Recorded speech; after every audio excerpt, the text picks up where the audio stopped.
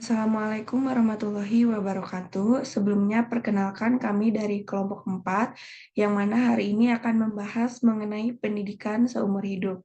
Sebelumnya perkenalkan anggota kelompok kami, yang pertama yaitu saya sendiri, Dewi Ayu Wulandari. Dan saya Ahmad Dailami. Dan saya Wildan Agista. Dan saya Raisya Najwa. Dan saya Silva Maulida. Selanjutnya, mengenai materi yang akan kita bahas hari ini mengenai pendidikan seumur hidup. Yang pertama, dimulai dengan konsep pendidikan seumur hidup. Pendidikan seumur hidup yang disebut dengan long life education adalah pendidikan yang menekankan bahwa proses pendidikan berlangsung terus-menerus sejak seseorang tersebut lahir. Misalnya ketika dari awal kita lahir ke dunia itu kan tidak mungkin langsung belajar, tapi belajar sedikit-sedikit ketika memang biasanya saat berumur 6 bulan itu kita belajar makan, ya dari yang awalnya cuma minum ASI doang, kemudian berkembang menjadi bisa makan buah-buahan, tetapi yang masih lembut-lembut seperti itu. Kemudian pendidikan tersebut akan didapatkan sampai seseorang tersebut meninggal dunia, baik dilaksanakan di jalur pendidikan formal, non-formal, maupun informal. Selanjutnya, asal mula pendidikan seumur hidup. Baik, asal mula pendidikan seumur hidup. Pendidikan adalah modal utama yang harus dimiliki oleh setiap manusia. Dengan pendidikan akan meninggikan manusia dan merendahkan manusia yang lain. Manusia akan dianggap berharga bila memiliki pendidikan yang berguna bagi sesamanya. Belajar seumur hidup adalah belajar terus-menerus dan berkesinambungan, atau bisa disebut juga dengan continuing learning. Dari buayan sampai akhir hayat, sejalan dengan fase-fase perkembangan pada manusia. Oleh karena itu, setiap fase perkembangan pada masing-masing individu harus dilalui dengan belajar agar dapat memenuhi tugas-tugas perkembangannya. Maka belajar itu dimulai dari masa kanak-kanak sampai masa dewasa dan bahkan sampai akhir hayatnya. Masa dari pendidikan sangatlah penting. Banyak orang yang beranggapan bahwa pendidikan itu berlangsung hanya di sekolah saja. Tetapi dalam kenyataannya, pendidikan berlangsung selama seumur hidup melalui pengalaman-pengalaman yang dijalani dalam kehidupannya. Di dalam dunia pendidikan Islam dikenal dengan istilah pendidikan sepanjang hayat atau pendidikan seumur hidup. Hal ini menunjukkan bahwa pendidikan berlangsung tanpa batas, yaitu mulai sejak lahir sampai kita meninggal dunia. Maka jelaslah sudah bahwa pendidikan seumur hidup itu sangat benar adanya di dalam kehidupan kita. Nah, di sini ada faktor timbulnya kenapa pendidikan bisa sampai sepanjang hayat. Yang pertama ada majunya ilmu dan teknologi. Ada produk-produk teknologi yang perlu dipelajari, alat kerja yang berbasis teknologi, dan perubahan sosial yang cepat akibat majunya iptek. Nah, faktor-faktor inilah yang menimbulkan bahwa pendidikan akan terus benar adanya dan akan terus berkembang pada kehidupan manusia. Urgensi pendidikan seumur hidup. Pendidikan seumur hidup dapat meningkatkan nilai jual seseorang di pasar kerja. Dengan meningkatkan keterampilan dan pengetahuan, seseorang dapat menjadi lebih kompeten dan mampu mengatasi tantangan dan perubahan yang berkembang dalam lingkungan sekitarnya. Pendidikan seumur hidup juga dapat membantu seseorang untuk mempelajari kemampuan baru yang dapat meningkatkan peluang dalam bekerja di bidang yang diinginkannya. Dalam dunia yang sangat berkembang seperti sekarang ini, untuk bisa tetap terdepan dan kompeten, pendidikan seumur hidup sangat penting bagi orang-orang yang ingin mempertahankan atau meningkatkan posisinya dalam masyarakat. Selanjutnya, tujuan pendidikan seumur hidup. Tujuan pendidikan manusia seutuhnya adalah untuk mengembangkan potensi kepribadian manusia sesuai dengan kodrat dan hakikatnya, serta untuk menumbuhkan kesadaran bahwa proses pertumbuhan dan perkembangan kepribadian manusia. Jadi, kenapa kita perlu untuk mendidik diri kita sendiri seumur hidup? Yang pertama, untuk mengembangkan potensi kepribadian manusia sesuai dengan kodrat. Contohnya, ketika seseorang lahir sebagai seorang perempuan, jika seseorang tersebut tidak dididik, maka besar kemungkinan akan bisa merubah pikirannya untuk menjadi seorang laki-laki diakibatkan oleh faktor lingkungan dan faktor pergaulan lainnya. Maka disitulah peran pendidikan baik formal maupun informal sangat penting untuk mendidik seseorang tersebut agar selalu mengingat bagaimana kodratnya di saat dia dilahirkan ke dunia ini. Kemudian, untuk membentuk akhlak, seseorang perlu dididik seumur hidup agar perilaku yang dia miliki di dunia ini tidak merugikan orang lain. Yang kedua, membentuk akhlak. Akhlak atau perilaku seseorang seumur hidup itu perlu dididik karena hal tersebut akan bermanfaat bagi dirinya sendiri maupun orang-orang di sekitarnya. Ketika seseorang tersebut tidak menempatkan maupun tidak berperilaku sesuai dengan norma maupun aturan yang ada di lingkungan tempat dia tinggal, tentu hal tersebut akan membawa kerugian kepada orang yang berada di sekitarnya. Maka itulah pentingnya pendidikan informal seperti dari orang tuanya untuk mendidik anak tersebut bahwa bagaimana cara mengontrol dirinya sendiri maupun bagaimana cara berperilaku yang baik di kehidupan ini sampai akhir hayatnya, yang mana hal tersebut akan terus diingat oleh si anak tersebut. Oke, selanjutnya ada fungsi pendidikan seumur hidup. Yang saya kaji ada dua fungsi pendidikan seumur hidup. Yang pertama ada mengembangkan potensi kepribadian manusia sesuai dengan kodrat dan hakikatnya. Dan untuk menumbuhkan kesadaran bahwa proses pertumbuhan dan perkembangan kepribadian manusia bersifat hidup dan dinamis. Oke.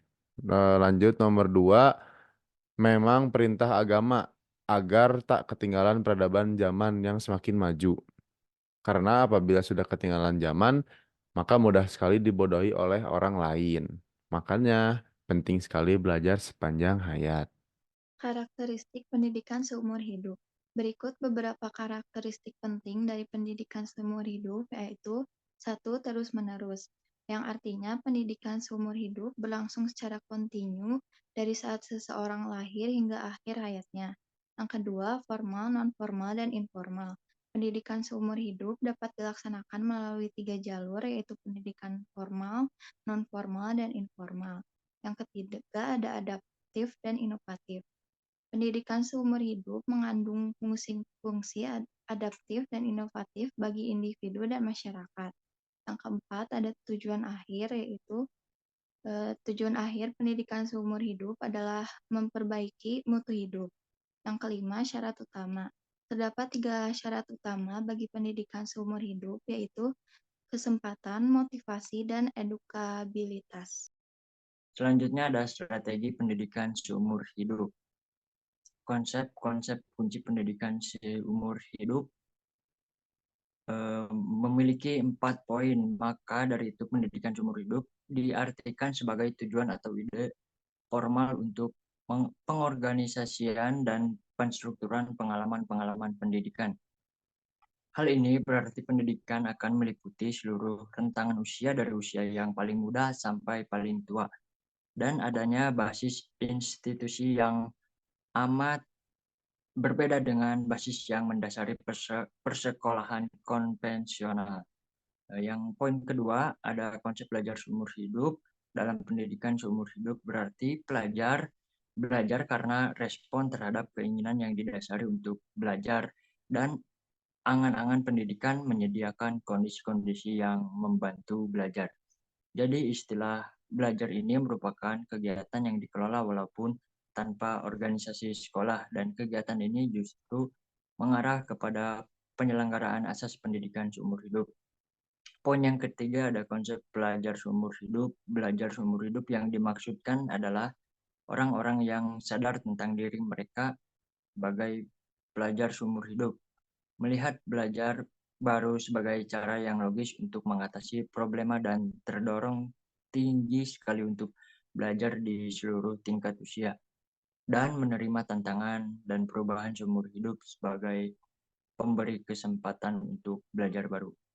Dalam keadaan demikian, perlu adanya sistem pendidikan yang bertujuan membantu perkembangan orang-orang secara sadar dan sistematik, merespon untuk beradaptasi dengan lingkungan mereka seumur hidup. Nah, poin keempat ada kurikulum yang membantu pendidikan seumur hidup. Dalam konteks ini, kurikulum didesain atas dasar prinsip pendidikan seumur hidup betul-betul telah menghasilkan pelajar seumur hidup yang secara berurutan melaksanakan belajar seumur hidup. Kurikulum yang demikian merupakan kurikulum praktis untuk mencapai tujuan pendidikan dan mengimplementasikan prinsip-prinsip pendidikan seumur hidup. Yang selanjutnya ada implikasi konsep pendidikan seumur hidup.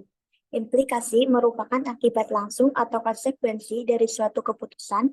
Dengan demikian, maksudnya adalah sesuatu yang merupakan tindak lanjut atau follow up dari suatu kebijakan atau keputusan tentang pelaksanaan pendidikan seumur hidup. Implikasi pendidikan seumur hidup pada program pendidikan dapat dikelompokkan menjadi beberapa kategori. Yang pertama, pendidikan baca tulis fungsional. Program ini tidak saja penting bagi pendidikan seumur hidup dikarenakan relevansinya yang ada pada negara-negara berkembang dengan sebab masih banyaknya penduduk yang buta huruf. Mereka lebih senang menonton TV, mendengarkan radio, mengakses internet daripada membaca.